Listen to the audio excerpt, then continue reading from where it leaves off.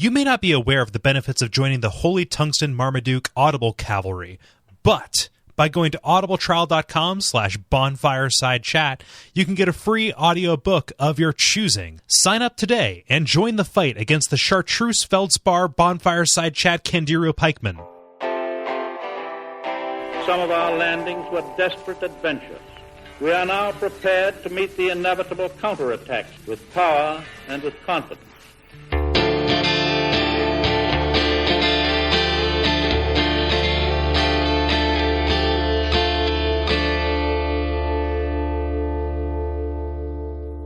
My name is Gary Butterfield. My name is Kole Ross.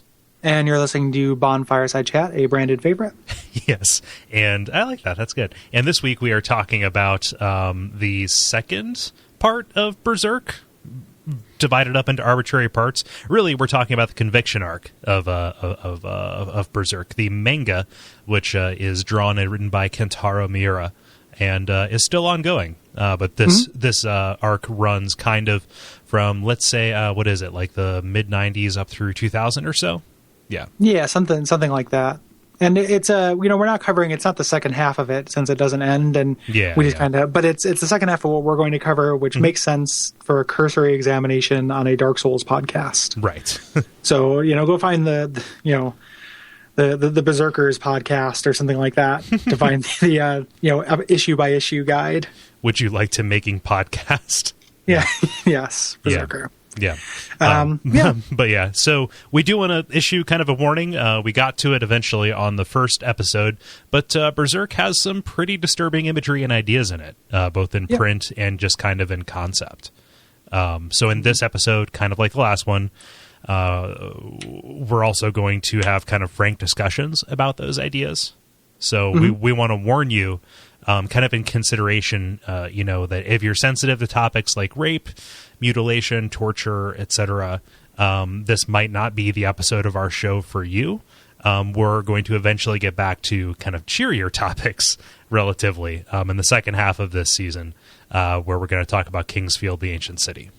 Right, which is just a video game. Yeah. Like no one gets bisected or sex assaulted in Kingsfield that I can tell. Right, it's all implied. So, it's off screen. Yeah, exactly. And it's so low res, like the models are so so abstract. You'd never know what was happening. Right. Yeah, and then who knows what Dark Souls 2 will bring as far as that goes. This is true. So I can say, having beaten the Ancient City, there is nothing like that I have seen. So I feel no compulsion to trigger warning that. However, this is very challenging subject matter in a lot of places. So yep. So last episode we covered up through the eclipse, which is where Griffith sacrificed the entire band of the Hawk in order to become the God Hand, one of the God Hand Femto. Guts was forced to watch Griffith and / Femto brutally rape Casca, who he was in love with. And he is alive, but he has been branded. And Casca has had her identity completely destroyed. Wiped. She is, very Nell at this point. And Guts is cursed to be harassed by demons seeking to devour his flesh. And on that cheery note, which is also the cheery note that every adaptation of this ends on. Yeah, I know. Right? More or less like, looking to the future. This all happened. It's just it's weird. It provides backstory and context for a thing that will never ever have any resolution. Yeah. Or I mean, they might make another movie that deals with this stuff, but they just haven't done it yet. We'll talk about it in the actual anime episode coming up next. Yep. Yeah. So this is the conviction arc. Mm-hmm. And so, chronologically, the Black Swordsman arc that we talked about way back at the beginning takes place between the eclipse and this chapter, since Guts has Puck with him. So Guts has, sometime recently, left Coca Castle, having just defeated the Count and encountered Griffith and the God Hand for the second time. Right. But we don't know exactly how that plays out, right? I mean, I think we were asking that last episode, whether we started kind of the flashback while he was in the Usher zone. Right. So you know what? If I was diligent, I would have in the intervening 3 days gone back and actually we're exhausted for various reasons. Yeah. Not least of which, so both of us kind of mainline this in a quick fashion. Cole has done it much more recently than I have. But as you'll hear in the next episode, we're trying to cover the other media as well, and they're just minute differences, and the whole thing is just very exhausting. It's kind of fatiguing. So forgive us for those little minor errors. Yeah. Regardless of which, so now we have Guts and he has Puck with him. Yeah. Is the takeaway here. I believe at the end of the Black Swordsman, he actually is out, because I remember asking, if Teresia ever comes back and actually does anything to him, and Teresia, all of that happened outside of the Escher zone, that resolution. So he got back out. It would have been weird for her to, swear vengeance while all that nonsense was going on. Yeah, while still in the Negaverse or whatever. Yeah. So we find out in this really early on that the church has assembled its Holy Iron Chain Knights, who are kind of a group of soft noblemen draft dodgers. Yeah. And we're introduced to some really major characters, for the second kind of half. Farnese, Serpico, and Azan, who are leading an inquest after the Black Swordsman and the Dark Hawk. So it kind of sets up this interesting idea that they don't know anything about the cosmology of this. They just know, this Black Swordsman's been seen. Shit's breaking loose every time he shows up. And then they also know this Dark Hawk that's been kind of prophesized as well. But they don't know the relationship between them at all. Yeah. Who's the good guy and who's the bad guy at all, in this. And not only are they not aware of the cosmology or who's a good guy or who's a bad guy, but their faith actively blinds them to it. So when they get to these places, all they can comprehend is just a bunch of bloodshed, and it's not till much later that Farnese is kind of awakened to the fact that, oh, this guy actually is fighting demons, and we don't acknowledge that as part of our worldview. Yeah. Yep. But I love the notion of the Holy Iron Chain Knights, just because they are spoken of in such reverence. Except, as we said, they're cushy noble draft dodgers, so they actually are not competent. They're just out there as so it's the Vatican, but kind of not, and it's the Holy See, but it's kind of not. It very much is just the Christian Church, except without a Christ figure. Yeah, that is directly alluded to anyway. They're kind of a bunch of little Stravas. Yeah. Walking around in finery. Very elaborate armor and everything, but there's nothing to kind of back it up. Nothing backing up, except for Serpico, who's a fucking badass. Yeah, I'm glad you like Serpico. Yeah, so much of it is visual, and it just that that he just looks so chill. And there's some great, if you ever get over your kind of Berserk flu that you're suffering from right now, and read kind of to the end of what's been printed, there are a lot of really good Serpico bits. I'm glad to hear that. He's kind of my favorite character that gets introduced. Well, he's definitely my favorite character that gets introduced in the second half of this. Right. So definitely, yeah, he's pretty cool. I eventually come around on Farnese too, but they spend a lot of time villainizing her. But she is interesting at the very least. Yeah. Yep. Indeed. Yeah. But yeah. She's sent out looking for them, but that doesn't really come home to roost until after what has been one of my favorite arcs in the series, actually, the Lost Children arc, right? Yeah. I really like the kind of... So it kind of sets up initially...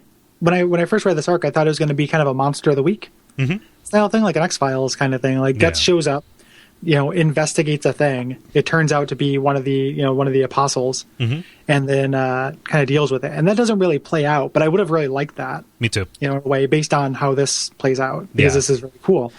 So Guts is traveling the world. He can't sleep. He's being hounded day and night by demons.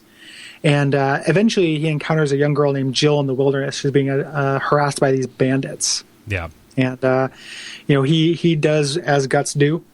and demons are around as Guts do, and this tree morphs into kind of a demon tree and takes out the rest of the bandits, and Guts takes out the demon. And it's swirly and flashy and blurry. Lots of motion. Yeah, it's a tree demon in the vein of Evil Dead. Yeah, and it works. Jill is saved, which is good. I just going through this, I feel bad saying it, but I got a little bit of rape fatigue. Just that, eventually I was like, oh, there is a prominent female character, therefore she is going to be placed in some kind of helpless position under threat of being sexually assaulted. And it never stops being, powerful on a gut level, because you don't want to see that happen. But, it was very much, one note, and this set it up, and I was like, oh, okay, here we go. What I would take from that, or what I took, I agree, and I thought that I had no problems with that being what demons do. Like, I like that. Yeah. Demons are awful. They should be demons. But I still wish that there weren't so many damsels in distress. Yeah. Going on. That was more what I picked up on. Like got to save some guys for once. Yeah, exactly. Like, that's what I wanted. And Puck doesn't count. Yeah. who even knows what's going on with Puck downstairs? Like, he's got to, and there's really nothing. He's like a worm. He can go back and forth. Yeah. Depending on what situation. And this is back when it's still okay to like Puck before he starts just becoming a floating emoticon. Yep. Which he becomes he ceases to become a character just as bad as Casca does fairly soon. But at this point, he's still a companion. Mm-hmm. Yeah, up through this arc, really. I think maybe even through the next one, like, he serves an actual purpose in the binding chain, but definitely in Birth Ceremony, takes kind of a back seat. Yeah. So. Yeah. I hesitate to even say Anita Sarkeesian here, because that will bring down the hordes. Her name is a killing word that will bring out the the people who are like, yeah. But yeah, you're right. Damsel's really a problem in this, and if I have one major complaint, it's that. If you if you put yourself in the mind of somebody who is not at all enlightened, and they just have a problem, they think that they're not on board with feminism, which is a bad position to be in. But if that is true, then at least you could take exception to it from a narrative standpoint, in that it's kind of lazy and boring. Yeah. So either there's if you can't bring yourself to have a moral objection to something you should have a moral objection to, you could at least have an artistic objection to it. Yeah. And that's I picked up on that here. I picked up on both. Like, obviously it's troubling. I give Berserk a bit of a pass, as we mentioned before, because it's never consequence free. Like, it never feels low stakes. But this is the first point where I noticed, like, they're really just beating that drum really hard. Yeah. Like, I would like to see some different things, because it's getting bland and repetitive. Yep. So same boat. Yep. Yeah. So he takes Jill back to her village, and they get a poor reception from this village because they've been harassed by a plague of elf-like creatures. Yeah. Like, elves are known to steal babies, steal children. Pretty much. From the village. Yeah. But they're not quite elves. You see them eventually after the swarm comes down. There's a little bit of havoc as they break out their torches and pitchforks to get rid of this interloper and his elf. But yeah, definitely the swarm comes down, and Guts readily identifies them as minor demons because his brand starts to seepin, and they're more insect-like than Puck is. They've got mosaic eyes and whatnot. Or compound eyes. If this brand comes a seepin', don't come a weepin'. Don't come a leapin'. Yeah, don't come a leapin'. Will this brand be a seepin'? Oh, no, when this brand's a seepin', Guts goes a leapin'? Because he usually jump attacks. There we go, new shirt design. And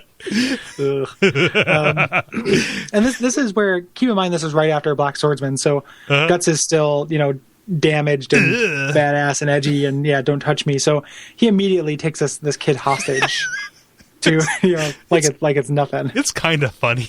To lure kids and to lure the elves into a barn, because these little elf creatures, they love kids, and then he blows up the barn. Yeah, and sets it on fire. Yep, which is effective. But they revert back to their regular human bodies, charred and everything. I forget, is that now or is it later? But yeah, no, it happened. I mean, they might reveal it a little bit later, but it's really. Close to here. So you see that these elf creatures are actually children that have been transformed into these little demon things, which is super cool. Like, I that's really, really creepy. And they're just, scores and scores of them. Yeah. Like, it is a plague of children. It's a literal swarm of babies. Yes. Yep. Yeah. But the villagers succeed in chasing Guts and Puck out of town. But Jill follows, just because she is terrified of her. I didn't mean to bell that in support of what I was about to say. She's terrified of her dad, because her dad, canes her and is just really abusive. And, it's not a good environment for anybody, really. Yeah. And the dad is kind of, they take some kind of steps to make him, a little bit more three-dimensional. Like, he's just kind of somebody who, I got the idea of kind of people who peaked in high school. He did well when he was in the army. There's no war and he can't fight anymore. So now he's just purposeless. Right. He never adjusts to life outside of it. Not to excuse him, but, he's a little bit more three-dimensional than just the typical, molesty fucks that we run into. right, in Berserk usually. Mm-hmm. You know, the bad father, parade of bad fathers that is this this manga. Which is also just kind of like adding on to the psychological horror that the entire series, you know, provides. Like, it hits on a bunch of different bands, you know. Yep. Yeah, but Jill comes along with him, and Guts just basically says, yeah, so you saw... Okay, she comes along with him, says, hey, I recognized the main big human-sized elf. She may have been my friend Rosine, who left years and years ago, and Guts puts 2 and 2 together and surmises that she fled the town and sacrificed her parents in order to, you know, become this elf queen, essentially. Yep. Yeah, and the design on Rosine is great. Yeah. Like, she's nude, which makes, again, uncomfortable bus reading. But I like the, none of the, insectoid features for any of these creatures for a time, this next arc are ever cutesified or anything like that. Right. You know, and they do look really creepy and realistic. Like, it is a creepy merging of human flesh and insect kind of parts. Yeah, and insects are creepy anyway. Like, otherworldly, you know. Yeah, if you like butterflies, like, take a look at a butterfly without a wing, man. Without wings, like, they are gross insects. Butterflies are gross insects. They're just wearing the clothes of nice insects. Yep.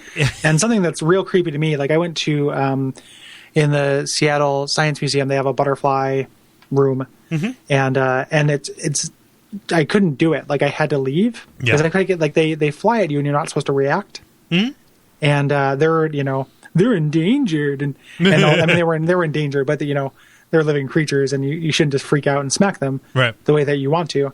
And then they just land on things and just that slow flap with their wings, and that's really unnerving to me. Yeah, like just looking at out of the corner of your eye, seeing a bush kind of just seeing motion, and when you look, they're just hidden like a dozen butterflies doing that slow flap. Yep. And that just we've got a place here in town, and it's a park called Eden Park, and there's a place called Crone Observatory, which is a year-round butterfly habitat / exhibit and botanical garden, and it's real neat. It's a beautiful place to go, but like there are butterflies fucking everywhere. And while I will enjoy like going to a museum or seeing a collection of butterflies like pinned down, like a Luna butterfly, like from a distance, hey, that's awesome and cool and blue and looks great, But like up close and seeing them move, it's just real unnatural. Well, and call me crazy. I just don't like to be in a situation where things can fly at my face and I can't do anything about it. Yep. Like I just, I realize it's not going to hurt me. I get that. But they're like the guy who was giving us the talk, he's like, they'll land in your hair, just let them hang out. And I'm like, no. And every time I would feel like my hair would move, like my hair would just settle as I was walking around, I kept thinking there was a butterfly on there. And it just, scared of butterflies, folks. I think that you're just afraid of decorations. You're terrified of butterflies and also sunflowers. Yeah. I don't like two things a grandma is apt to like decorate her house in. I'm the ultimate grandson. I'm the opposite of that. The anti-grandson. Yeah, I'm the anti-grandma. Like, I'm the anti-grandma. Yeah. But no, they are real creepy. And insect features, like there's a reason, or, one of many reasons that Giger chose to make the xenomorphs insectoid in nature is because they're real fucking gross. Yeah, and for as much as we like to make fun of Radiolab, hearing them talk about like when caterpillars go into their chrysalis and what happens inside of there, and just that they turn into goo and then reemerge as this new thing with the same memories, that is just otherworldly and just awful. Yeah. But Rosita's kind of a butterfly, but not her. Yeah, man, you're a hero for reading this on the bus. Well, you never know when it's going to be like, just acceptable American violence or taboo sex. Like, taboo nipples. I'll just watch people getting bisected all day long. And just, hey, guys, check it out. Like, I'll just show it to people. But then as soon as, this prepubescent girl with butterfly wings shows up, I get all squirrely. I would do my best. Like, I wouldn't do it if I couldn't, like, have my back to the window. Right. So I wouldn't... I tried to be as discreet about it as possible. Broadcasting your smut to the greater Portland area. Yeah, exactly. Well, they're just like, who's that pervert? Who's that idle masturbator speeding by? That's just noted podcaster Gary Butterfield. Like a Star Tour riding along your Max route. And on your left, you'll see Gary Butterfield speeding by, masturbating to Berserk while going to work. Yeah, I did. I attempted a little bit to read some of it at work, but I was like, nope. And so, so I kept it safe to the confines of my bedroom where I could masturbate furiously. Yeah. So in safety. Yep. In the comforting womb of my bed. Not really, please. I'm not that person. Just I feel that I so feel the need to put that disclaimer again. We're not anime dudes. Like I so love that I've been exposed to this, and it's an awesome story, and just it's connected to and inspired things that I love, and I feel have had a positive impact on my life. But I have this hang up about praising anime in any shape or form. And people on Twitter has said like, hey, I really appreciate you guys going into this with an open mind. We didn't. Yeah. We didn't. This was just good enough to convince us to give it a shot. Yeah, I was it had everything going for it. Yep. From the start. And that's what that's how this kind of horned in. But it is hard to get me into anime, especially nudity, whatever. But the kind of there are things that are downright supposed to be enticing about some of the nudity that happens. Yeah. And I don't get it. I don't get it. I don't need it. I don't like it. They're just tropes. Again, I said it last episode, but if you agree that there are certain kind of things that go along with anime, that it is okay for those things to be specifically, kind of gross to me. Yeah, distasteful. Yeah. Yeah. Yeah. But Rosine in concept is great because the way that her arc kind of plays out, I made a comparison offhandedly last episode, but it's kind of like Gone Home a little bit. I got kind of a sense, especially when Jill goes and reunites with her, that there is definitely I feel different because of these things that I want, and I couldn't get those things at home. I felt like I didn't belong, and therefore I had to leave to get them. Right? Yeah. Yeah, I mean, I suppose. I feel like there's at least a little bit of a parable or a parallel in comparing what Rosine felt, which was I need to be an elf, compared to a general coming out story. Spoilers for Gone Home. Yeah. yeah. I mean, I could see it. There's also, they're covering a lot of bases with it though, because she's also fleeing, abuse. Yeah, abuse. That's kind of what I took. That seemed to be what they were underlining more to me, as opposed to, and that's kind of a well-worn trope. The idea of Harry Potter, yep. Right? I'm actually a magical creature because my home life is so intolerable. Whereas the thing I never gone home. The home life is tolerable. They're just a really loving family, which is part of why that work is so good. Is that they're struggling in spite of the fact that it's not. Yeah. It's not abuse. But so she tells him this story of Pecaf, the rejected half-elf child, which I love. I love this little bit, and I really love Rosine's story and the way that kind of plays out, because she is not, these apostles we've met, they all make this ultimate sacrifice, etc. But I think that Rosine is the most sympathetic. Yeah. By a large mile. And then. So, the story of Pecaf is the child who, has some elfish features and goes out to live with the elves, but the elves reject him because he's not, elvish either. And, Rosine hears this, this story and, says, no, that's not really how it happened. It happened like this because that's what happened for her. She went off and through things we'll get into, it actually becomes an elf and kind of creates this little colony. Yeah. And she doesn't even necessarily think that she is doing evil. No. She is not because the mandate from God or what have you is do as you will, not go do evil. So being kind of short-sighted or naive, which is a kind of evil or that can result in suffering, is what we're dealing with here, as opposed to actual malevolence. Right. And that's why she's such a good villain for this arc.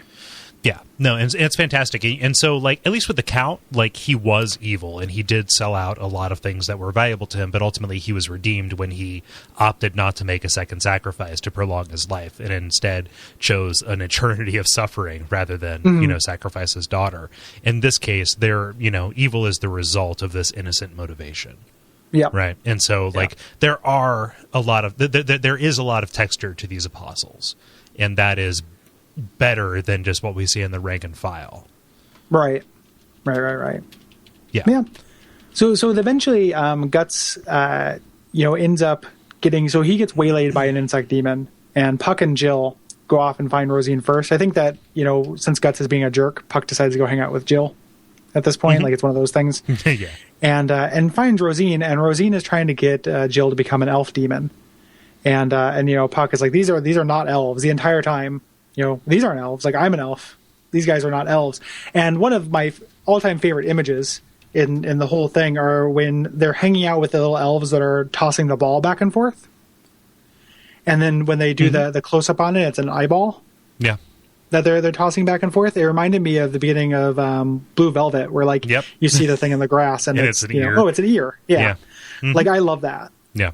I love that so much. It's super creepy. And then they're just they kind of lay out what's troubling about what's happening here, why it's not acceptable, even though on the surface, like, she doesn't believe she's hurting anybody, but they play war with each other and die.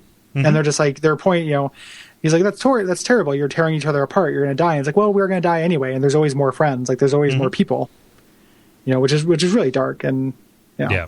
And there's they make a point to say, oh, we're playing war just like the humans do. Yeah. Like, this is no different than what you guys are doing. Right. Like, we would have been drafted into a war eventually. Right. If we had left to grow up. Instead, we are these little elves and we're just having fun doing it. Yeah. What's the difference? And there are no stakes. We just descend on the villages and, take what we want and come back and play. Yep.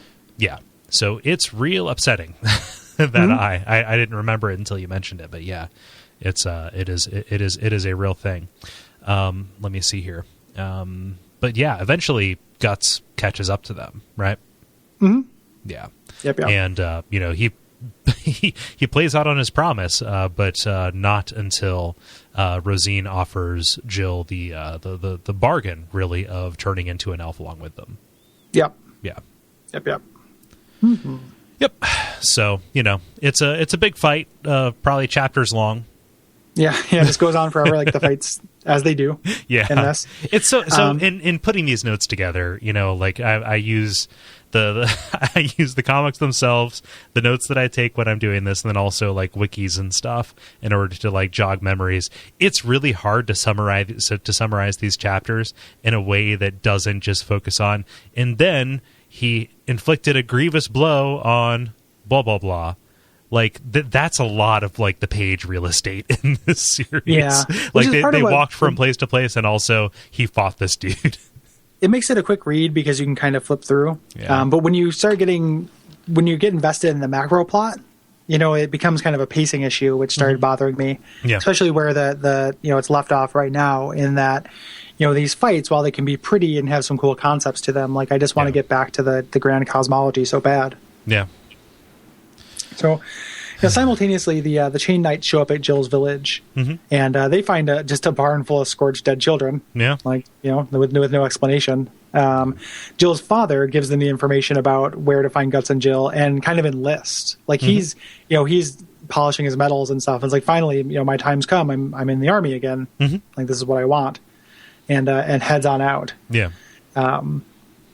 Simultaneously, while Guts destroys elf demon cocoons. Yep. And starts battling with Rosine, who is too fast for him. Right. Like, she flies through the air, and she poisons him. Yeah, she's got like poison dust that he inhales, and it, like, oh no, I can't lift my right hand enough to do more than five shots. Yeah. I'd better make them count. Yeah. It gets weirdly quantified the way the anime fights do. Yeah. Over 5,000. Oh well. Yeah. But eventually he gets her on the ropes. He prevails as Guts does. And he's ready to issue the killing blow. She has in a Resident Evil like fashion, morphed even further into more of a demonic style, and he's ready to deliver the killing blow. But Jill throws herself on Rosine to shield her because she doesn't want her friend to die. She either just out of like, no, don't kill my friend, or recognizing that she didn't know what she was doing, puts herself in harm's way. And Jill's father, having shown up with the Chain Knights, shoots Guts. And this allows Rosine to escape, really tragically, actually, mortally wounded. She's going to die. Yeah. And her last expressed wish is to go find her parents who are no longer around. She sacrificed them to be the way that she is. Right.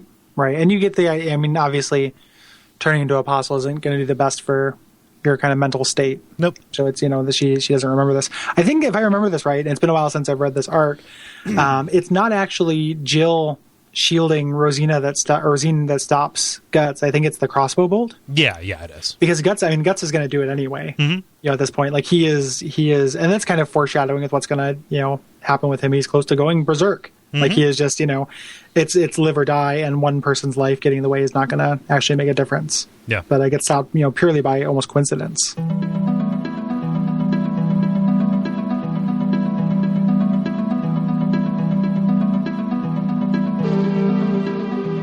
So Guts after this manages to escape, and the Holy Iron Chain Knights are in pursuit. Jill tries to go with him, and Guts says, "Nope, you should stay with your dad." And we remember her dad is awful, and her dad. We get to see him kind of dressing her down for running away, and just because he doesn't get. I think he was expecting a position in the army or to kind of be a hero, and what they just found was confusing, bloody demon corpses and burst cocoon sacks and dead babies everywhere, and just there's no answers. Yeah. Well, there's no answers, but everything is still pointing to Guts being a monster. And that's kind of a good manifestation of that curse, which is this makes him persona non grata everywhere too, as if that wasn't obvious. But it pretty much makes him the one that the church is going to go after, because all he leaves is bloodshed in his wake. Yeah. Yep. And so it's a real shitty ending for everybody from that village, which is all your kids are dead, you don't know why. And also, these two people, go back to your peasant lives. It's better than being with me in this magical realm of adventure. Yeah, well, and also, but you can't sleep if you are. Well, And I think, and they're setting him up, because he eventually, over the course of the next, several arcs, acquires kind of a fellowship going on. But at this point, he doesn't, he doesn't want it. He doesn't need it. But yeah, score one for Team Blake. In these cosmologies, yep, go back to your peasant life. Nothing makes sense. All of your children are dead. That's where we end. Yeah. And we move on to the next arc, the Binding Chain. Yes. Yep. And I like this arc, even though it doesn't move everything along. It very much is Farnese's time to shine, right? This is all about Farnese and kind of her introduction to not being a complete religious zealot. Yeah. I mean, introduction. It doesn't happen until way late, but this is very much about just her and Guts getting acquainted, right? It's also setting up how major of a character she's going to be. Yeah. So you don't think that she is just kind of she's just going to side with whoever the grand monster is that we're going to deal with next. She is actually going to be a major character in the same way that the rest of the Band of the Hawk was in the kind of the first half of the series. So they catch up with Guts, and he is exhausted. He can't sleep. He just said, he was very hurt by that fight. Set on fire several times. He kept poisoned. There's a whole a whole lot of the battle mechanics of that battle with the bugs involved getting yourself set on fire and then using blood from baby insect cocoons to douse the flames. Yep. It's really gross. Yep. So that just keeps happening. So he's had a rough day. And she manages to get him, stab him with kind of a lucky hit. She's not a good warrior. Nope. But she does that, and that allows them to capture him. Yeah. He's at his weakest. And interrogate him, Vatican style. Yeah, indeed. And she you get the sense nobody around her thinks this should really be going on. Right. They can't question her, but they're just and you also get the sense, and you got it earlier, that she's not necessarily respected by her men. Oh no. Or no, she's a bit of an outcast. She's in this position above them, but she is not well liked, other than by Serpico. There's a very noted and he's her half brother, so But there's a very notable scene a little bit earlier on, just kind of when they're introducing this order of knights. She issues an order, and it's seen as extreme, and they're like, "Hey, maybe we should ask your superior officer." And she's like, "Hey, I'm your superior officer. You should just listen to me." Everybody questions her leadership. And it's a bit uncomfortable because, I got the sense that it was because she was a lady, not because she was crazy, which is, crazy is true, at least now. So they reveal, I don't know where it happened, so like I might get a little fuzzy in what's in these volumes versus in the future, but this unit has always been led by a woman. Oh yeah, like I think it's because it's she's crazy. Later. Yeah, yeah. So I don't necessarily like it. They're probably used to being led by a woman. Yeah, no matter what. So I don't think it's sexism. I think it's just because she's nuts. Yeah, it's later in this. It's later in this sub arc that they reveal that. So yeah. So I think it's just because she's crazy. Mm-hmm. Yeah. But yeah, so she starts whipping and torturing Guts. Yeah. And he's being cool anime dude. He's being cool anime dude, but he's also saying like, yeah, you know what? Like he stopped short of just saying, "I've looked into the face of God. You're fucked." Yeah, everything you're worshiping is a lie. Yeah, there is, your God is just the great old one. Yep. And and she just freaks out about it. Yeah, but also is getting like a mile wide on. Going on. Oh, well, I hate that term. Yeah. Like, you introduced it to me. I learned it from you. I learned it I never heard it before until you said it. No, so I may have said it, but just out of derision and also hate. It is spawned of hate, but it comes back to me. You weren't saying, boy, I hate that term wide on. You were referring to a vagina being wide when you said it. It was a legit saying. Yeah, it's okay for you to change your mind. No. I think I said it kind of like somebody would refer to the vagina as a box and not necessarily mean it. But it is still gross and it is still objectionable, and to hear it in the wild. Sorry, I about said in the wide. Is either way. She gets a lady erection. She gets a lady boner. Yeah. She's sopping wet at inflicting violence on people, which that's her whole reason of doing this. At least so far, she's a complete and utter psychopath. Yeah, she's fucking nuts, and she's it's the quiet ones kind of thing. Like she's she's very kind of stoic. But she's goddamn nuts. Mm-hmm. So they put Guts in a cage overnight, and he's left to freeze to death or be eaten by demons because and he tries to tell them like, this is a bad idea to leave me out at night and to have me around you because demons are going to show up. And they're like, what are demons? Yeah, exactly. They don't, nothing happens with that, though. They don't believe him, obviously, and Puck helps him escape. Right. With much reluctance. He uses him. So Guts uses Puck as a salt shaker for healing dust and then realizes, I could have done this all along.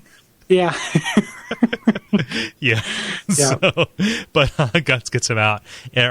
Puck gets him out and Guts goes after his gear, which is in Farnese's tent. And, because Guts is not the master of subtlety, or at least the novice of subtlety, awakens the whole camp, and he takes Farnese as a hostage in order to kind of leverage his escape, which really pisses Serpico off, rightfully so.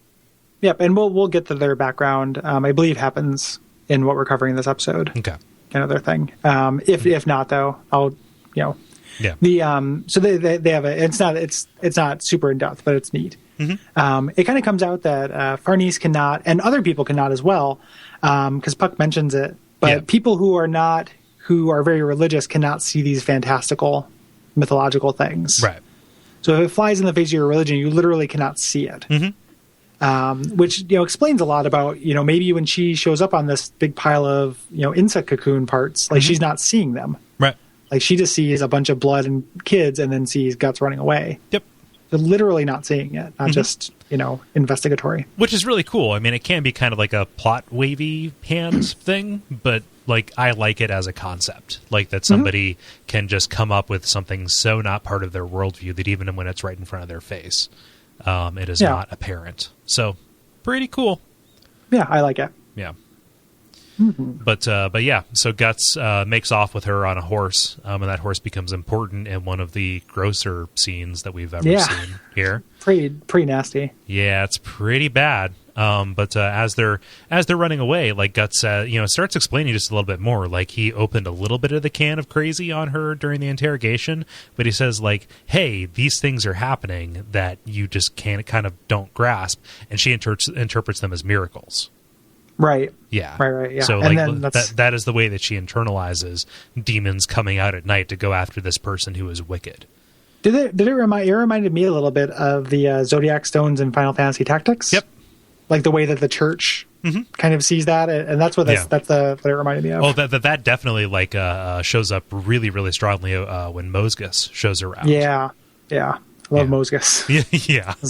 Such a good design. Yeah. Like the some of the shit goes down, and she's trying to get away. And the creepy scene Cole's mentioning is she goes to, so there's this kind of, like, it's not just demons just show up, but sometimes things can be turned into demons as well. Yeah, like dogs. So wild dogs are possessed by ghosts. Get turned into demons.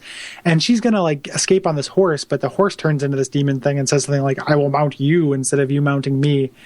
And this, and a good laugh was had by all at the little jest that this gross horse rapist made. And it's real creepy. Mm-hmm. Like, again, we're real rapey. Like, it's just happening all the time now. Mm-hmm. But this one is a little bit more plot significant because it reminds, like, so you get this idea that Guts has some kind of damaged memory as well. Mm-hmm. And he's blocked out some things from the eclipse. Yeah. And he remembers it's PTSD. Kafka's, yeah, exactly. Yeah, the same way that people keep forgetting things that happen in that eclipse over there, overseas. The eclipse that we keep inflicting on brown people every day. Where's the Hawks Parade? Yeah. Where's Rickards Parade, rather? There we go. Yeah. So he kills the horse, though, because it was attempted to rape Farnese. Yeah. So anything that attempts to rape somebody, does he cut off its dick, or is that just the goat demon later? I don't think it happens to every single demon. Okay. But it's been between this and like This Is the End, like demons getting their dicks cut off, man. Yeah, it's man. Been a banner year for it. It's a banner year. Oh man, you mentioning This Is the End just makes me want to watch The World's End, but I know that is a conversation for later. But yeah, so he saves it, and then the ghost that had possessed the horse possesses her, and this goes from like just like gross creepy to like psychologically unsettling creepy. It's still pretty gross, but like this is fucked. Like this ghost prying in and kind of revealing some of her like inner motivations, which is like what we suspected before. She gets off on hurting people, and she uses her position with the Vatican or with the church to, as permission to go about doing this. So she's out there hurting and possibly killing people and getting off on it. And she questions, like she fights against that. And ultimately it's shown to be true. And in one of the more like unsettling scenes, she not only attempts to choke Guts after stripping her clothes off, but positions her, lady bits over the sword and begs Guts to cut her in half. Yeah. Which I'm pretty sure I got to that part on a bus. On out there, like. The nice thing about eventually it becomes your fault. No, it's totally my fault. The nice thing about it though is that like a lot of times the scenes that are troubling don't have any words, so I can quickly take in what's happening and then just swipe to the next page. Like just okay, got it. Like, sex sword, go, and then just switch on to the next page and not have to. There's just a fraction of a second that it's available. Yeah. But yeah, so and this is real creepy, and but luckily the sunlight comes up. Yeah. And the ghost, she's able to break away from the ghost control. Mm-hmm. Yeah, just in time for the rest of the Iron Chain Knights to show up, and for Serpico to challenge Guts. And Guts is like, "Yo, dog, you better run because I'm going to draw on you." And then Serpico does the impossible and draws on him and cuts his cheek. And they're like, "Okay, let's call it a draw because I've totally got to get Farnese back to safety." Yeah, this is before they're on like the cliffside, right? Yeah, the cliffside is like towards the end later. Of the birth ceremony. Yeah. Every time Serpico and Guts ever like raise swords against each other, it's awesome. Yeah. Like it's always really cool because Serpico's whole thing is he's just fighting smarter. Mm-hmm. Which is not something anyone's ever done. Like anyone who's fighting Guts, all they do is just send everything against them. Like it just like that's just overwhelming with numbers. Like that doesn't work, idiots. Yeah. And Serpico's smarter than that, which is part of why I like him so much. Mm-hmm. And it makes a point of it. He's kind of like, we have to use our fucking brains here, and it totally works. And his attitude, his attitude is so great. Oh man, just so good. Like if there's anything that is like tempting me to go read or at least start the Millennium Hawk arc tonight, it's that. Like I would want a comic entirely of Serpico. Yeah, I would do a Serpico spinoff. So I would like that. His name's a little bit dumb. Like Little bit. I can't read it without thinking of the actual Serpico. Yeah. Yeah, the 70s crime cop movie, but... Yeah, well, no. You know. Okay, so either the actual Serpico, real life, the Rushmore Serpico? no, the Al Pacino Serpico, which is over the top and just like way too crazy, and then there's the Charlie Day Serpico from Sunny. Oh yeah. For the mayor. Yeah. So when I read Serpico, I immediately jump to Charlie Day. So you know. Well, he'd play him if they ever did a live action movie. Yeah. Oh my gosh. Squinting all the time. Dennis says, so anybody who's listening to this, this won't mean anything to you, Gary, but Dennis from The Level linked me an article about Aaron Paul playing Eddie from the for the Dark Tower movies. Yeah, I saw that. The Onion or the AV Club reported on that last week. Holy shit, I've thought that for years. It's so like if they land that will be so fucking good. Eddie is such a good character. He's kind of a Serpico figure, taking it back to relevance, just because he is a smartass and a former junkie who turns into one of the best shots in all of Midworld. Yeah. Yeah.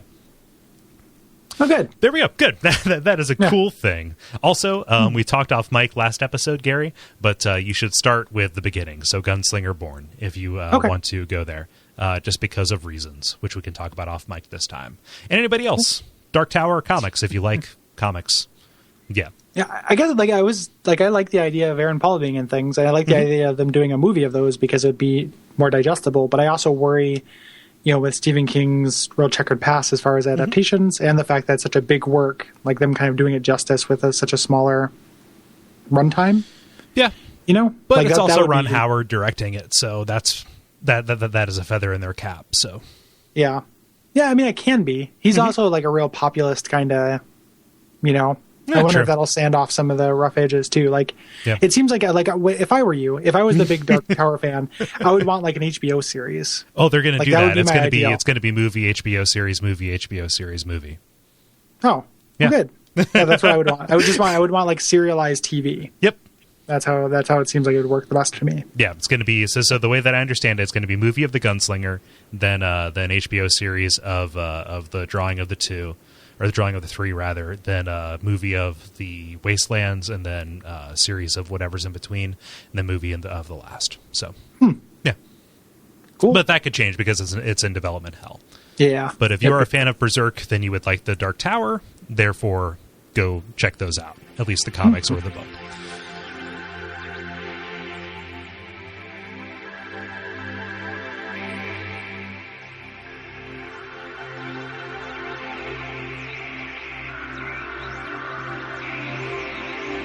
But yeah, that's the Lost Children arc. Really, really good. Or sorry, not the Lost Children, the Binding Chain. We've been moving quick.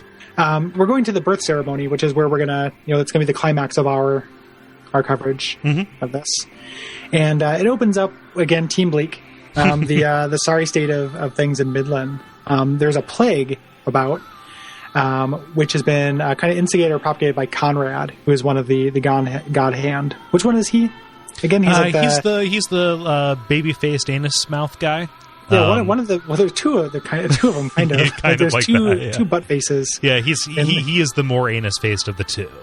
Okay. Which goes into one of the more awesome images of like the hillock of rats that turns into his face and then explodes into more rats. Yeah, that's very cool. And like I'm a sucker for a plague.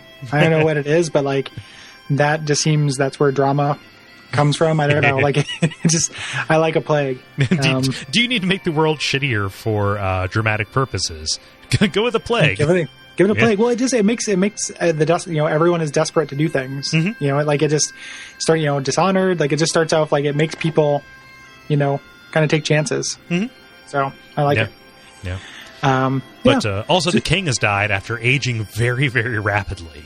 I noticed that. Well, I didn't know whether he aged very rapidly or like what time has passed, like what time scale we were working. Roughly 2 to 3 years. So it's from the end of Golden Age to this, it's been like at the most 3 years.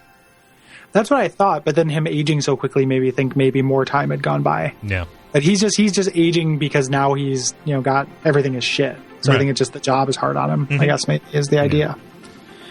Yeah. But yeah, he dies. Yep, he dies. Charlotte takes the throne, and then there's more of that Game of Thrones-esque bitter courtly infighting to try and decide who's going to be regent. That doesn't really pay out in this arc. I think it's really just kind of like, oh, this is still medieval and not some kind of crazy just fantasy sci-fi mesh like you would imagine it would be. Right, and the big kind of threat, and they're going to show up a lot more in the next couple arcs that we're not going to cover, are the Kushans, who are the Middle Eastern kind of stand-ins, as the Egyptian or Saudi. They're at the very least slightly more sensitive than the Persians from 300. Yeah, they're not quite that bad. They're not quite monsters. And they've shown up, like we had the exotic warrior from them before, but these guys these guys become more of a threat, and right now they're kind of a looming presence more than anything. Yeah, they are the enemy at the gates, right? Yeah. Mm-hmm. But freed from the village of the elves and the Misty Valley and whatnot, Puck is guiding Guts to a place that has been blessed by elves that he can kind of sense, so Guts can get a goddamn night's sleep for once in his life. Yeah. And both of them are unaware that Puck is leading him to the blacksmith Godo's cave. Mm-hmm. Yeah, for a little bit of a reunion. Yeah. They so they end up finding, this is where he's been, like, he left Casca with him before this. Yeah. Did we talk about? I feel like that happened at the end of the last arc, but I don't think we really talked about him taking off from Casca. A little bit. Like I talked about the sprint and him talking to the Skull Knight and finding his mission and getting the equipment. But like he left Casca there kind of short-sightedly, but also knowing that, like, at the very least, the people there would protect her. Yeah, maybe unless they let her run the fuck off. Which is exactly what they do. And it's because they have to keep her, she's all Nell, so they have to keep her chained up, and they just felt bad for her. Like, she just wanted out because nobody likes being chained up. And that was, literally her life, like a, medieval asylum. Like, you do not know well enough to protect yourself. Right. And then they, a moment's mercy and she gets out. Right. So. Yeah, so he gets there, and they're shocked that, Guts is even alive. Like, he left basically under cover of night, having taken these items, out there looking for a fight, straight up, like, bus stop boxer style, just completely, out there. And, he comes back and finds out that, like, hey, people can move on. Like, Rickert, even though he lost basically, he's a little kid, essentially, at the start of this arc. He's lost everybody he's ever known. And, he has turned his life to blacksmithing, and all of his practice swords he has turned into grave markers for his lost friends, and he's coped. Yep. And that makes me really like Rickert, even more than I did before. Yeah, and it looks a lot like, just throwing in Souls Connections, it looks a little bit like the Grave of Artorias. Right. This kind of like field of swords as grave markers, kind of thing they show. And he becomes a blacksmith, much like the blacksmith, and even though he's better and more interesting than that blacksmith he'll never get a Prepare to Cry blacksmith Rickert. And he kind of has like a conversation. So this is this is a real turning point for Guts. Right. So, he sees Rickert, like how Rickert's dealing with this grief that happened. And he has this conversation with Godo about vengeance and kind of grief. And this is where he decides to invest in people, you know? Like, I can go fight demons, or I can protect an actual person. Like, I can choose the world, or I can choose an individual. Yeah. And I choose Casca, so I need to find her, and then that's my purpose. I'm going to protect her. Right. That's what I'm going to do. And so this kind of marks the articulation point between Guts and like, I'm actually going to care about somebody Guts, which is where he was before. Like, he wasn't that during most of the Golden Age arc. So it very much the stuff that we've seen is very much out of character for him. And it's notable that Godo's dying, and kind of one of his last acts. Not only does he smack Guts, back to good sense, but he also reforges the Dragon Slayer, because he's like, yeah, it's been 2 years, but this sword looks like it's about 60 years old. Yeah. Like, and the entire thing is wrapped in this metaphor of, like, the cracks of hatred that get in and tear us all apart, right? Yep. In a kind of anime, kind of just like medieval poetry sense. Yeah. And in terms of just kind of a traditional video gaminess, like, oh, you're starting a new mission, get some new equipment. Yep. That felt a little bit like it's a Dragon Slayer +1 now. Yeah, exactly. And you get your new crossbow arm, and now is upgraded to shoot bombs. Like you've got you can shoot missiles now. Yep. And yeah. And we didn't mention it, but I think we just accidentally skipped it. But it's kind of there are a lot of visions that are going on in this. It starts getting real mystic mumbo jumbo-y because back in Midland, people are having visions of this white hawk flying through the air, and Guts' demon child, which is the little fetus, which came out after Femto raped Casca, but it's Guts' child. Right. Like that's revealed to him as well. So it's from when they consummated. You know, and it shows up and gives him another kind of vision of a horrible tower.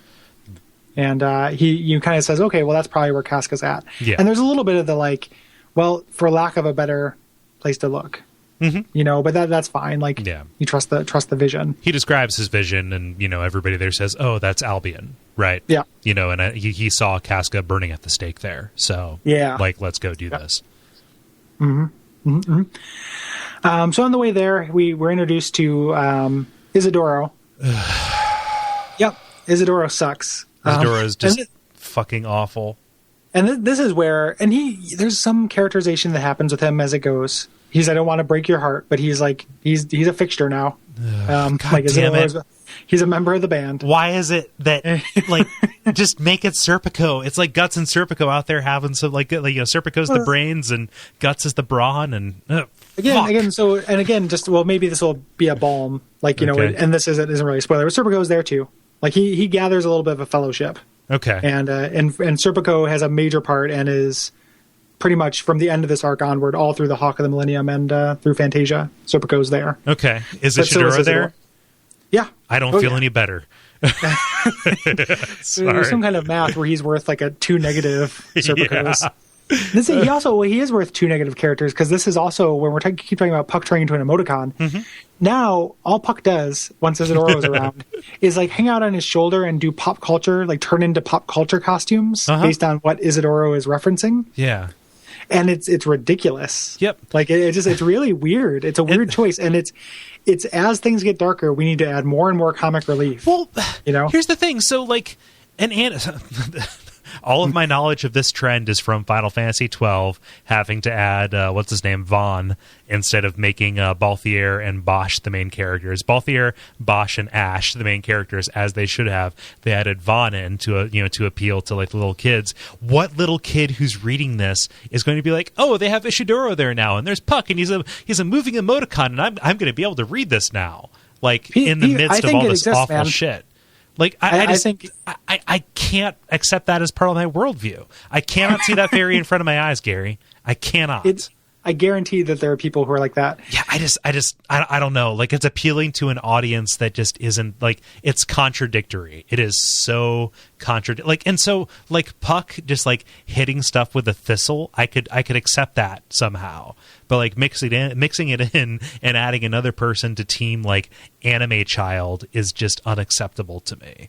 Yeah, it never stops, too. Like, it's you again, just non-spoilers. Like, we haven't reached the floor with that. Okay. And if you keep reading, it'll be a little bit ever? More. They could still add more, like, in the future, but there's more to come in the way of goofy comic relief. Yeah. As you go, in a way, like I would encourage you to read the rest of it, because some cool things happen, but it is really like, this is, you know, kind of a turning point. Like, this arc is really good, and then after this, it's like, and part of it is Isidoro. And part of it is part of it's and part of it is the worst thing about this series so far. So yeah, equal parts. God. He's, and just so you know, if you haven't read it, he's like just a little lithe, bratty kind of thief kid. Yeah, who's real precocious. Brash. Like he sees Guts fight, and he's like, he can teach me secret techniques. Yeah, and it starts becoming real meta. Like, he starts saying, like, maximum secret esoteric technique, and you know, super slam spin dash. Like they start using moves like you would in a video game, and Puck essentially just becomes an accessory to this. Yeah. And like if it was done with a hint of irony, or a hint of irony that I could understand through the translation, like it's kind of like, oh, but even still it's awful. Like for me, you know, like for me, the more effective part of it was that crazy general towards like the middle of the Golden Age arc who fought Casca when she was on her period. Ugh. He was like, my spear technique has been, perfected over 1,400 years and blah, blah, blah. And then he was like taken out. Like that was what that should manifest as, not a wholehearted and earnest embracing of like, I'm going to shout which move I'm doing. Yeah. It just takes it too far.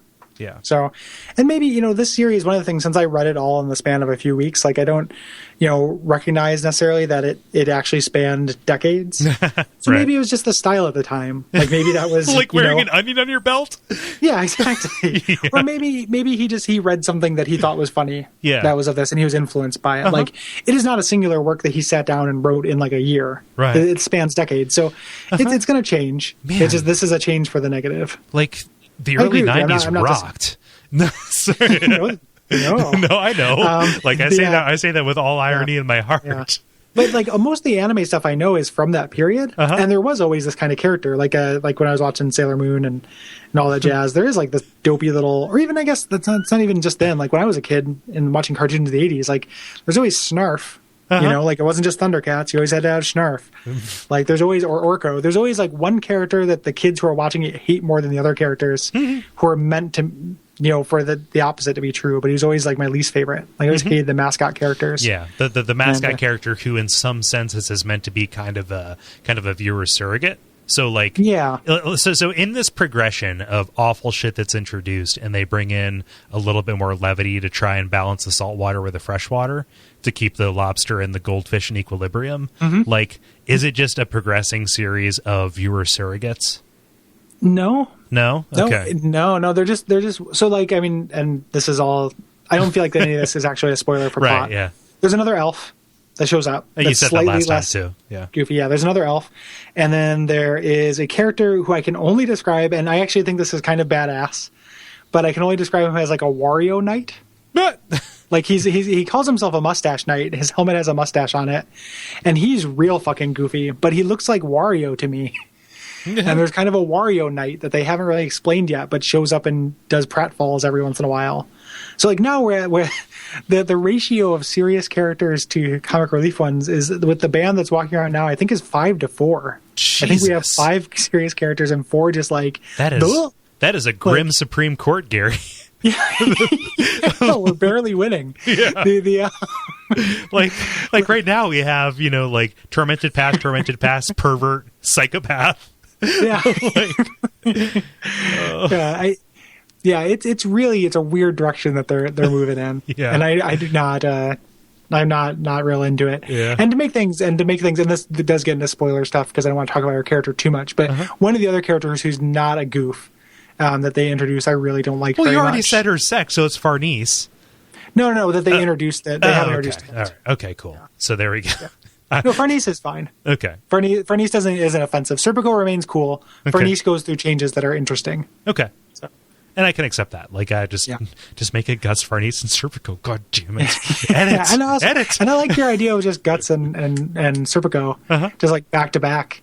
Just the old West. Like I'll take that too. Yeah. And then every once in a while they just have to sprinkle out a healing elf onto themselves. Like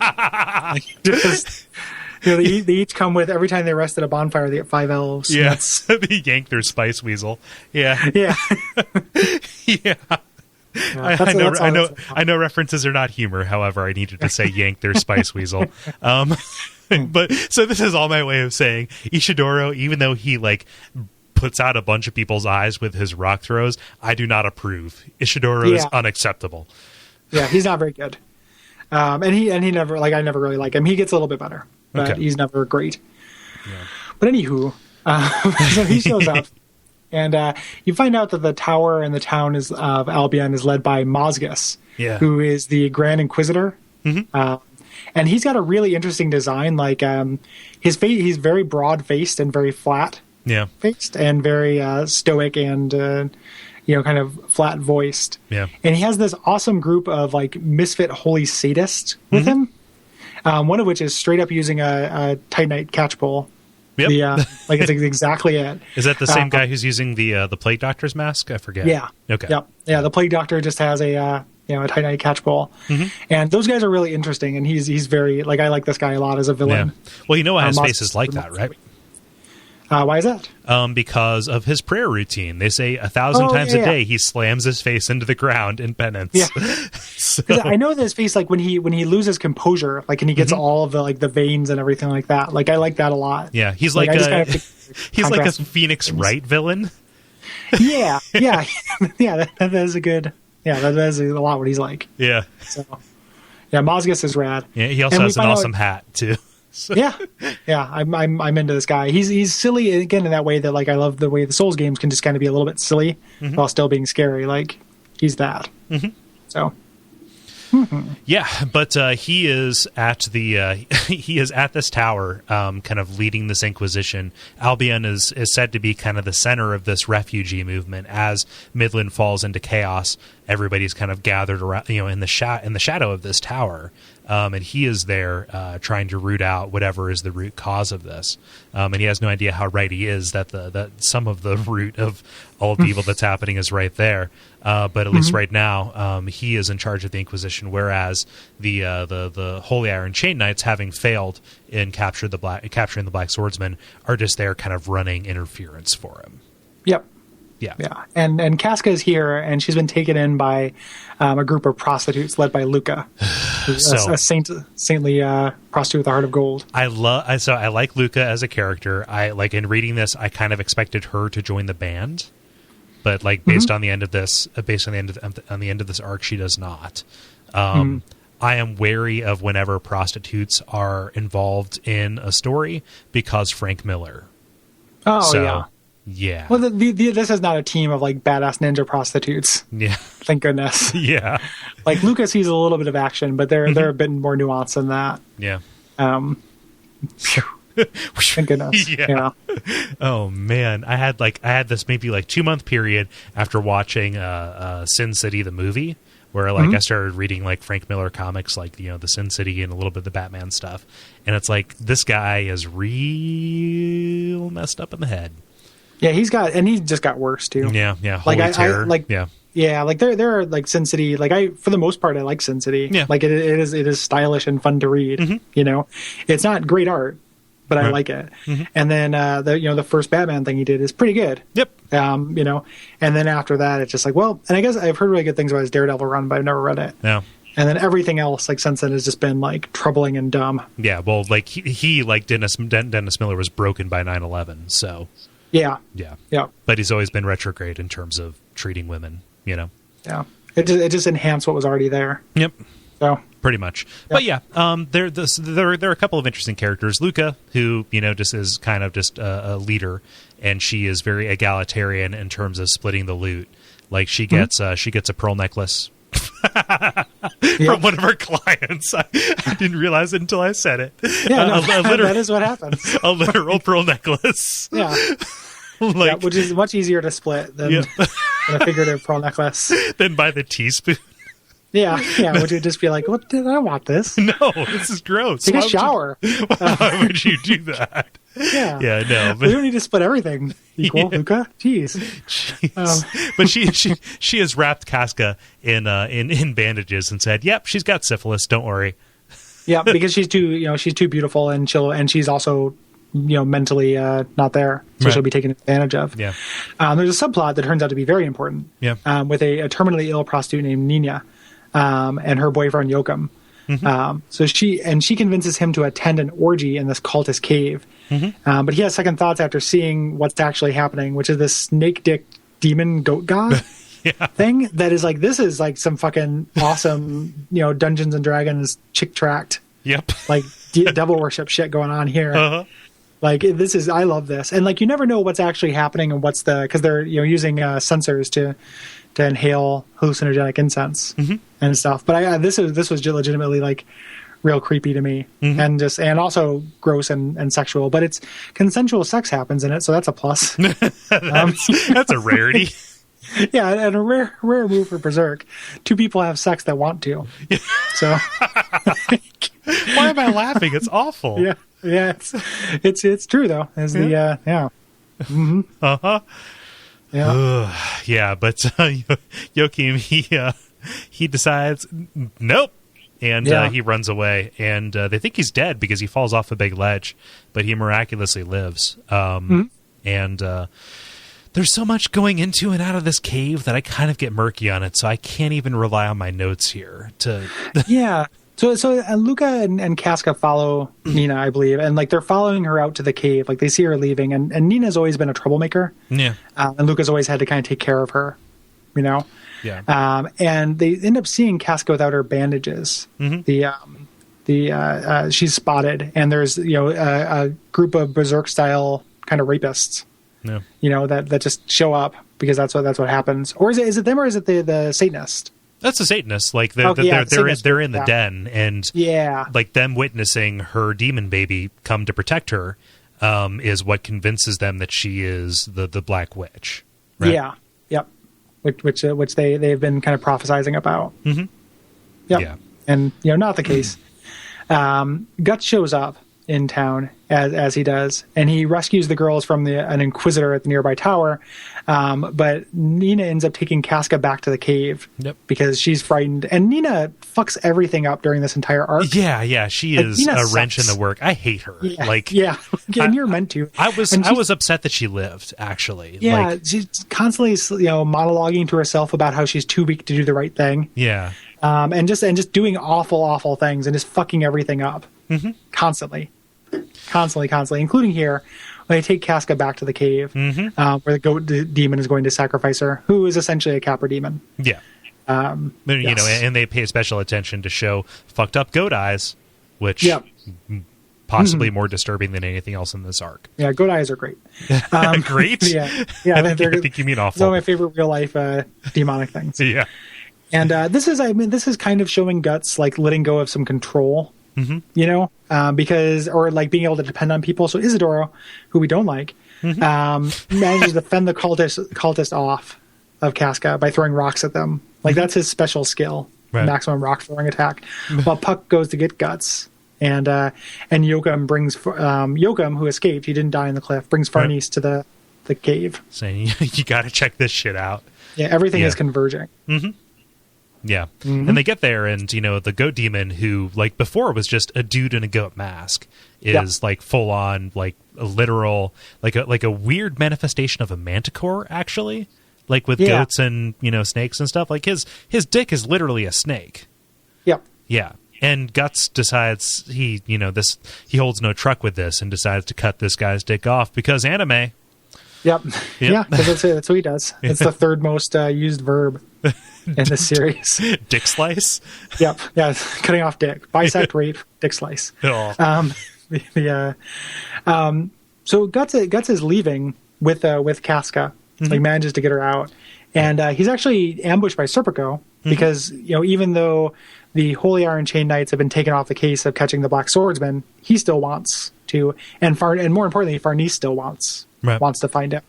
And we know this. I mean, she's fascinated with him. She's monologued a little bit about, the strength of his conviction and stuff and questioning her faith.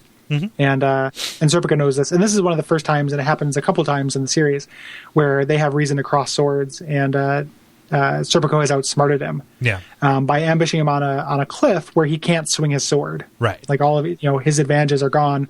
Whereas Serpico, who uses a kind of a rapier, is able to, work just fine. Like even down to like, I am on your left side, like clinging to this cliff face. So like you literally cannot do this without falling. And he even says like, everybody who's fought you has just thrown dude after dude at you. It's a waste. Just send one guy in the right situation. So Serpico is fucking Batman. Yeah, Serpico is great. Like if you take anything away from this entire mini series of Bonfireside Chats, it's Serpico is badass. Yeah. I love him. Yep. Serpico fan club. Yeah, exactly. Serpico 2016. Hashtag Serpico 2012. Yep. Yeah. Yeah. But yeah, this provides kind of enough distraction for Ishidori to fuck shit up again, and get Casca and I believe Nina captured. Yeah, I think Nina at this point is maybe pretending to be a victim in the way that she does. Like I don't remember exactly, but I hate her. Yeah, and I hate her. Therefore, I will assume the worst. But I hate her. I love Serpico. That's all you need to know. Yep. But Farnese manages to capture them. So right. So Casca's now in the Joachim. tower. Yeah. Yep. Well, Joachim was just doing what he thought was right. He did. He just wanted the church to come fight demons, but turned out to be a bad idea. Yeah.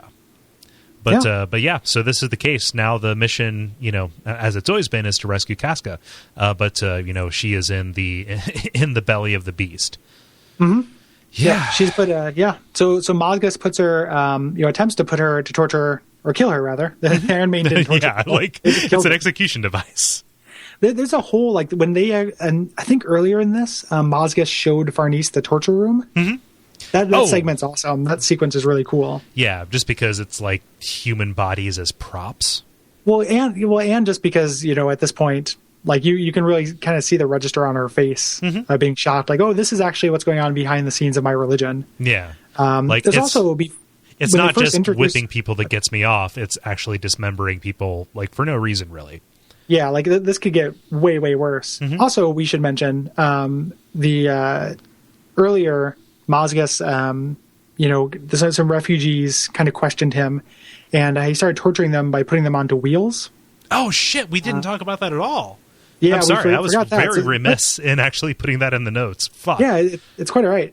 So he tortures them onto wheels, onto wagon wheels. Mm-hmm. And later, when they turn into demons, they are just bone wheel skeletons. Yeah. That's 100% where they come from. And it's an awesome scene. That design works so much better, I think, on paper than it does in the game. Yeah. Where, they're cool in the game, but they're just, they move too quick and you can't really see them, them walking around. Mm-hmm. As such, but they look really cool on the page. That sequence is really neat. Yeah, and there's a little bit more meat to them. They have the their clothes still, so you can tell that they are the revived remains of people who who died in the most awful. Oh yeah, yeah, and with the skeleton or the zombie versions of them or skeleton versions of them are saying their sins as they wheel towards Guts. Mm-hmm.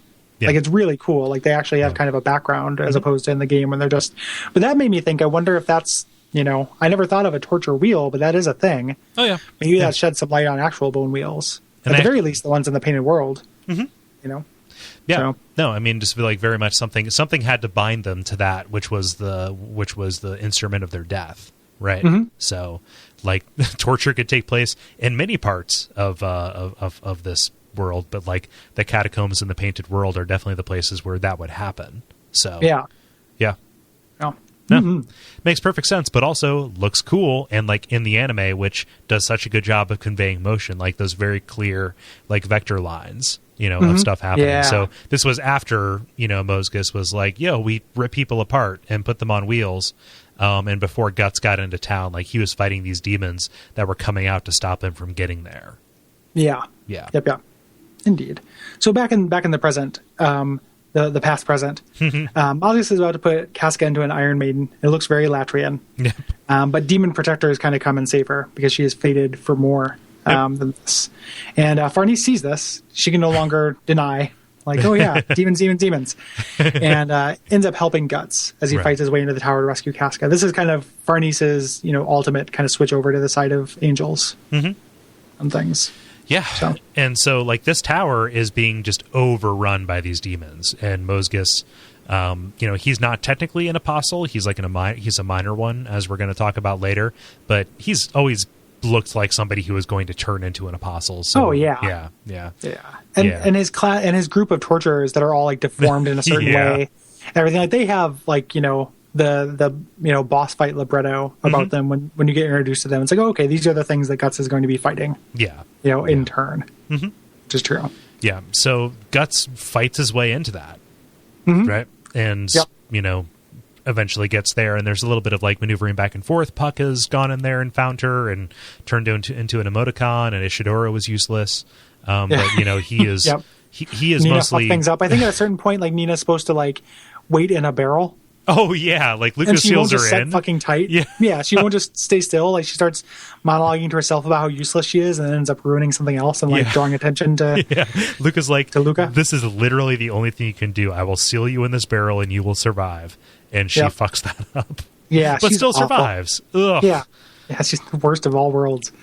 I hate her. But Luca, so these things happen concurrently, and I apologize if we're fucking up the order here. But Luca is things are moving really quick now. Yeah, so like it is like kind of a blur. Like we're gonna fuck up the order, but that's because it's several issues, but the amount of time that goes by is minutes. Right. For this next little bit. Yeah. So Luca's thrown from this tower, which is being overtaken by demons, and will ultimately turn into a shrine to the god hand, like a hand reaching for the moon in this weird little miniature eclipse. But she's thrown into the corpse pit, where I believe the Skull Knight comes and is like, yeah, there is more happening here than you can probably comprehend. And she follows a trail down into, or the Skull Knight saves her. She thinks he's the Grim Reaper. She follows the trail down into what's at the heart of this, which is this hermit who has become an apostle, just because he grew up in this corpse pit. Like, just the only life he's ever known has been having bodies thrown on him that were, victims of the plague and the Inquisition, and he wants to become a Bailet, to become the egg for the new world. Mm-hmm. Yep, and things are going to get real trippy again. Like every 2 arcs, like Berserk gets really, really trippy. And he's he is a sympathetic character. Like most notably, Luca feels sympathy for him, right? Which I really love. Like she's a good guy. She's a good egg. She has a as opposed to a bad egg that this guy is. Yeah, Luca has a functioning moral compass. So yes, yeah. Yep. So Malgus ends up kind of turning into a demon at this point. And all of his torturers turn into theme demons. Yeah. And you kind of find out their backstory. Yes, demons. You can find out their backstory. Like they were picked from various villages where they were deformed and picked on, and they have this just great loyalty to him. So they'll fight with him even though he's clearly bonkers. They have this loyalty because he took them in despite their deformity, and they have no other option. And they have got this resentment built up inside of them, including Tight Knight Catchpole Plague Doctor guy, who is like a totally normal looking dude, except he blisters under the sun. Yeah. Yep. Very cool. And he dies unceremoniously for as much buildup as he gets. That's unfortunate, but maybe he'll come back. He doesn't. That wasn't me saying and notably during this whole thing, there's kind of public opinion to deal with as well. Yeah. Like people are watching these fights, and to them, their High Inquisitors turn into an angel. Right. Like he gets huge wings and armor. He becomes this, and they think like he's saying we just have to kill the Black Witch and all of this will end. And from their perspective, like that seems pretty reasonable. Like there's this demon woman who came out of nowhere, and as soon as she showed up, everything went to shit. Right. And now now this person we place our faith in is fighting her, and there's this black swordsman trying to protect her from our people who are winged. Yeah. And that's kind of just like an interesting little bit. Again, like something Berserk likes to do is just have the obvious bad guy and the obvious good guy get flip flopped all the time, and they play with that a lot. Yeah. And that serves an important purpose because the intensity of their feeling, like burn the witch, is what helps this along. And that kind of negative energy becomes food for what happens down with down with the Eggman. Which is the demon baby, Guts and Casca's child, inhabits the inside of the egg, and it starts gestating and turning into Griffith. Right? Yep. So as Guts is fighting Mosgus and losing, and like, oh no, he's on the ropes and only has 2 hits left, and blah blah blah. Eventually uses his bomb cannon arm and blows Mosgus away. But yeah, like ultimately that is not enough because Griffith is born, and the outsurge of minor and major demons forms again, just like this other mini eclipse event, and just destroys anybody who was not in a safe place at that time. Yep. Yeah, it's just they're feeding on negative energy, like in Ghostbusters 2. So essentially, if you've seen Ghostbusters 2, you've seen this. There's that awesome scene with the Bailet with the legs. Yep. Like the Bailet. And I think like that's an awesome image. Yeah. That shows up here. It's awesome because like it's the first time that you've seen a Bailet that is configured like a face. Yeah. I love it when that happens. And there's there's this image of it just like screaming with its eyes, like crying blood. Yeah. Like it just great. It's a little bit like we were a little bit scattershot in describing it because it's less clear than the first Eclipse. Right. Like this is a real, it's getting complicated. And one of the things that keeps going is like, it never really gets less complicated than that. Like they just kind of keep adding factors. Like everyone we've introduced here sticks around, and they introduce more and more characters. Yeah. So it's kind of doing that, like, Deadwood or The Wire thing where like every season they're just adding more people without taking care of, getting rid of very many of them. Right. So. Yeah. But the status quo we're left with as we leave this is that Griffith is in the world now, and he's teaming up with Nosferatu Zod as kind of his right-hand man, and he's going to start, his designs. Right. And that's what he does. So. Yeah. And that's the end of that arc. There's a little bit, it's left unresolved as to what exactly happens to Guts at the end of this, if you're not just immediately going to the next volume. But Nina lives, unfortunately. And boy, does she. Boy, does she. And, we're left with Farnese, just ultimately like, yeah, I can't do this anymore. Right. Yeah. Yeah. She quits, and she ends up, following her kind of infatuation with Guts's conviction and follows him. Like I alluded to a couple times, but he kind of puts together a band, right. Of which the people who we're currently dealing with mostly are with him, including a couple of new characters. It gets real, I'm not saying this just because it's a trigger word for Kole, but real astral planey. Okay. From kind of points on, and the astral plane sucks. Yeah. And usually things that deal with it are annoying. It gets like that. Everything that's going on with Griffith is still cool. Okay. And I still want to know what it is. But and people listening to this, I realize that's probably an unsatisfying way to leave this series, but it doesn't end. Like the story is in motion now. So if we did an episode covering the rest of the stuff that's in the manga, we would still just end in the middle of a fight probably. Yeah. And that's all that there's available. So you'll have to deal with it. Yeah. Yep. Yeah, so I agree. So there are two arcs after this: the Hawk of the Millennium Empire, which just sounds anime as fuck, and then the Fantasia arc, which sounds Western animation as fuck. But we can assume that Griffith back in the world, how things will happen. Like maybe he's going to put together another Band of the Hawk, possibly. I don't know. Yeah. Yeah. Yep. And the cushions are a big factor in that in the next couple arcs as well. So it's worth reading, I think. Like you should definitely read it up until where it gets to. It's not worth not reading, but there's just a huge decline in quality after this. I think that this this kind of the conviction arc is actually really great. Kind of looking back and seeing what exactly that contains as this is the status quo of the world now. And that kind of monster of the week section, like both the villains that are set up as major villains are very compelling and interesting world building going on.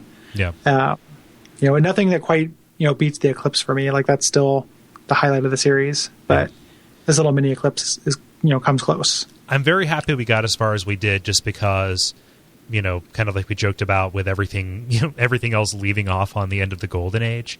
Like the Golden Age provides this context for this teaser that we got in the Black Swordsman, and to see where that ultimately leads into, having learned the mechanics and learned the motivations behind it, see a little bit how it resolves itself. And, once the pieces are in motion, that's really satisfying to me. Yeah. And if I left it here, I would feel okay. I'm compelled to finish it out, at least as far as it's gone so far. I'm going to take a break because I can literally not talk about Berserk anymore. Aside from joke's on you. Because we have another episode after it. Yeah, Fuck. for another hour. But I'm with you. And I just want it to end. Like I just want to know where the cosmology stuff is happening. So I'll follow it. Like I'll keep an eye on translations and stuff. But there's a lot of, and this also, like, I think that this arc is kind of, we're getting a little bit less related to Souls too. Yeah. Kind of near the end, like this kind of like birthing a new world, like that could be a plot for a Souls game. Like, but it's not actually one. So there's a lot more like kind of superficial and tonal things that are related in this arc. And I feel like it kind of moves away from things, especially as it gets sillier, Yeah. It gets, because there could be no Isidoro in the Souls games. Yeah. So, no Wario Nights.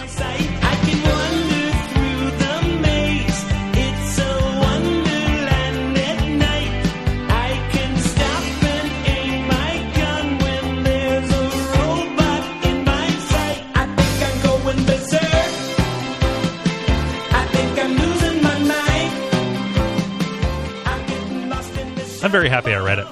At least as far as I did, for as much as I joke about being fatigued about it. That's just a circumstance of the way that I came across it and the way that, we talked about that. Like when you do things for a deadline, it kind of spoils them a little bit. Mm-hmm. We do that a lot. Yep. So hopefully this was useful to people who are listening. There's still one more episode of our Berserk series on this, and we're going to be talking about, and that's good. So the next episode, we should probably talk about that, is going to be that, and then also some kind of miscellaneary. We're going to talk about the Dark Souls Design Works book as well. Yeah, which just came out in America here recently. As of the time you're hearing this, about like 2 weeks ago. So, indeed. And then after that, we're going to do 4 episodes on Kingsfield, the Ancient City. Yep, which both of us have beaten and both of us really, really like. Yep. Probably similar, 3 episodes covering the body of it, and then a wrap-up episode. Yeah. Before Dark Souls 2. Mm-hmm. Then Dark Souls 2, guys. Yeah, Dark Souls 2. So do we want to talk about event of my young life? The eclipse. Yeah. Do we want to say like at the very least what the first episode is going to be? Sure. Of it. Yeah. So we've already got everything planned out. Not everything, but at the very least, like we are arranging to beat it before, or at least play a large portion of it before the first Sunday of that week, so we can record like a first impressions episode, and then we're going to probably leave it for a week or so as we try and assemble like what the first area is going to be and gather our first guest up and everything, and then the series will continue as normal. So as opposed to having our regular introduction episode, we're going to have like a first impressions, like, hey, here's what we've seen so far, to get you primed and for us to crystallize our thoughts through discussion, and then get everything ready. So that's what we're going to see. So it's something that we'd end up doing off mic, but we're just going to kind of do it on mic. Yep. That kind of thing. And we also want to give ourselves, it's going to be an evolving thing. So season 4 of this show is going to feel very different than season, 1 and 2. In that we'll be, I want to be, when we're discussing each area, I want to be on my second time through it. Same here. And the new information is going to come out. New information has come to light, dude. Yeah, new information will come to light. So we will have our theories on things. It being a big breathing community, people will have things.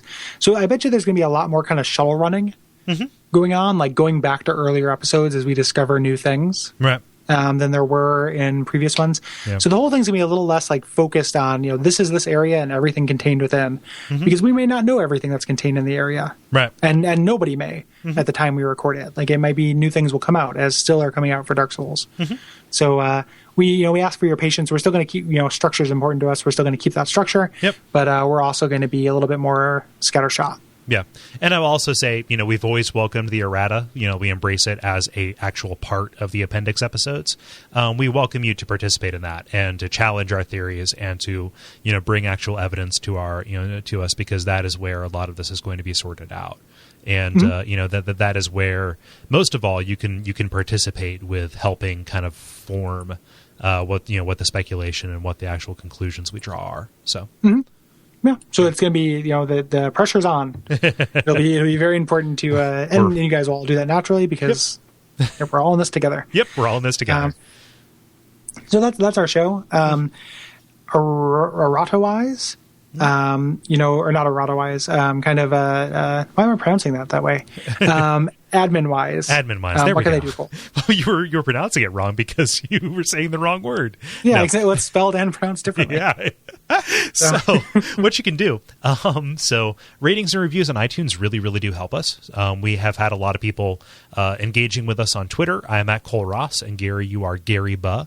It's kind of saying like, hey, I found you new, everything like that. If you are a new listener and you are finding us through iTunes or you have access to an iTunes thing, leaving us a review really, really does help, especially as we are moving into this new season where more people are going to be interested in Dark Souls, and we're going to be not on the cutting edge, but we're going to be, a presence in this. If you want more people to find out about us, like we're coming up on a time when those reviews and that push is really going to help get us into the front notice. So review us, leave us a rating, tell your friends, and like us on iTunes.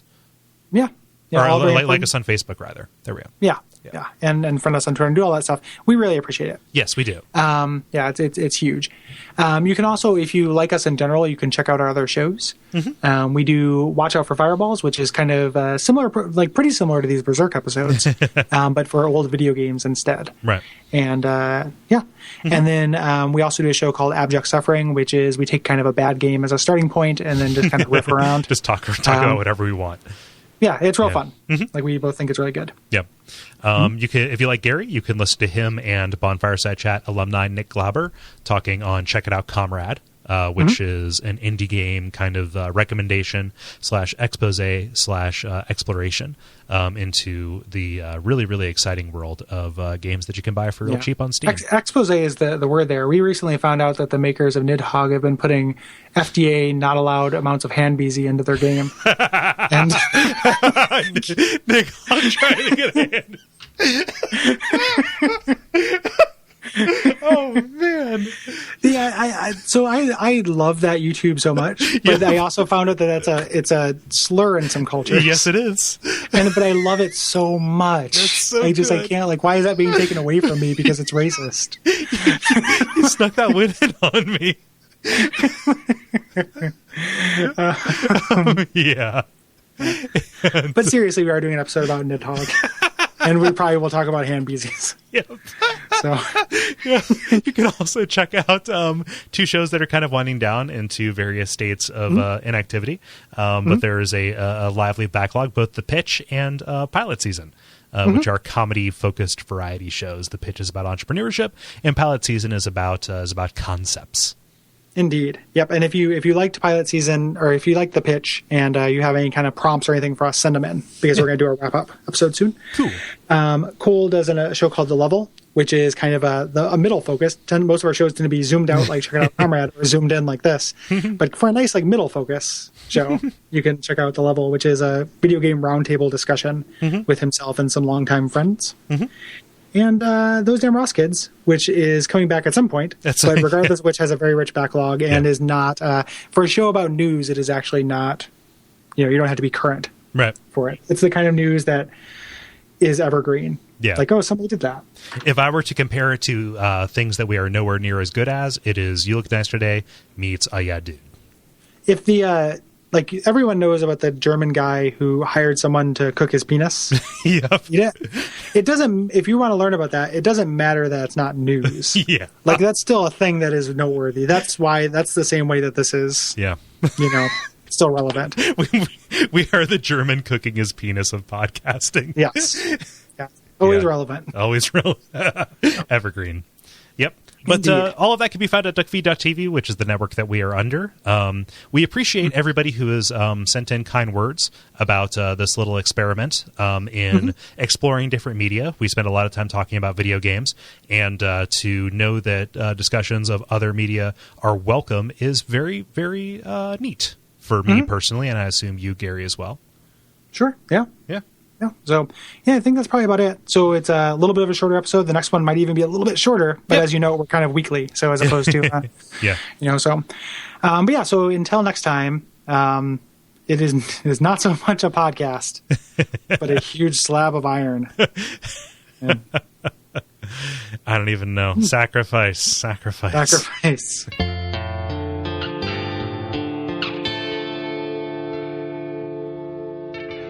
And we all pray that we will have far more soon.